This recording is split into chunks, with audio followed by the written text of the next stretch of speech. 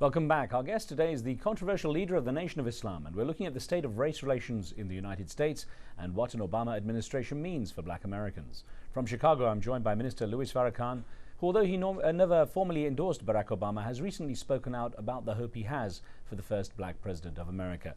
In fact, Minister Farrakhan, I wanted to ask about that. I mentioned at the beginning of the show how you tended to stay away from the campaign because you were worried any kind of endorsement you made might be taken the wrong way. What was your biggest fear?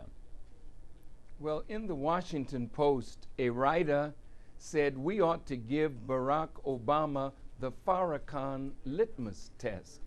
And a few days later, Mr. Abe Foxman of the ADL issued that test to Barack Obama. And of course, his campaign said, well, we are against all forms of bigotry, racism, anti-Semitism. But that didn't go far enough for the Anti-Defamation League. And so at my Savior's Day message in front of 20,000 people, I spoke highly of Barack Obama, but I did not give an endorsement. And a few days later at a debate, he was forced to renounce my kind words toward him. I did not mind because I understand the bigger picture. So I decided if I wanted to help Barack Obama, I needed to be quiet and not be drawn into the controversy, because Fox News and others kept trying to bring Farrakhan into the controversy with Reverend Wright and Father Flager and others. So I just remained quiet. Now that he is where we hoped he would be, I am much more free to say about him the things that I believe and the hope that we have that he can help America to change. I believe he can help change America's domestic policy and help America change her foreign policy. 80% of the American people are against the present government, and nearly 90% of the American people are against the present Congress. And the outside world has tanked in terms of their respect for the United States of America. And this is why America hopes that Barack Obama will restore America's image at home and abroad. Norway next, and Kasim's on the line with a question. Kasim, what would you like to ask? Yeah, please, I just want to ask Dr. Farrakhan, that, is a lot of African people, where they are so happy when Barack Obama won the election, So, me, I'm just wondering, because maybe they're going to get disappointed.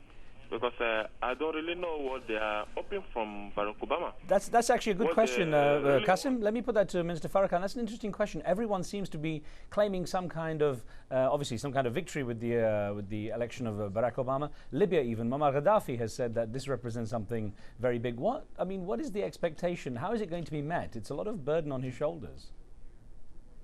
Well, I don't think we should put too much on him more than what he has. The American economy is in bad shape. There are 10 million Americans out of work.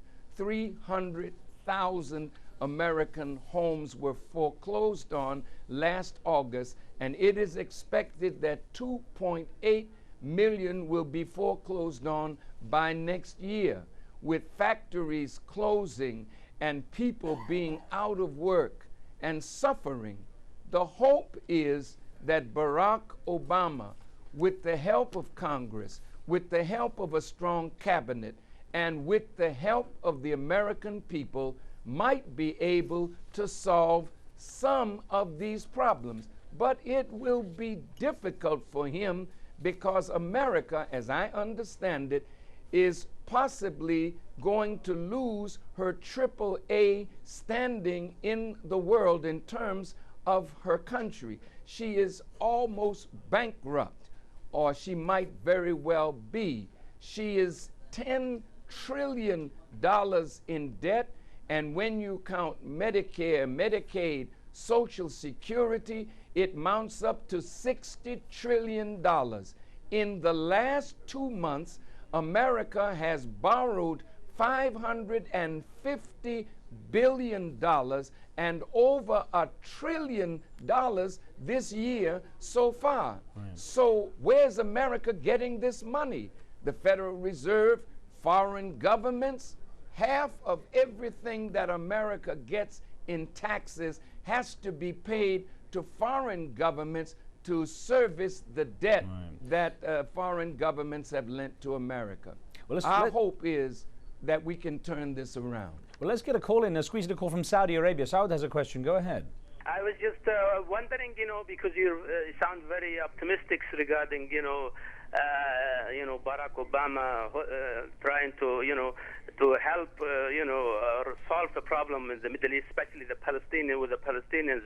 And I was, wondering where is that optimistic is coming from, and where we understand that he assigned Dennis Ross to handle that.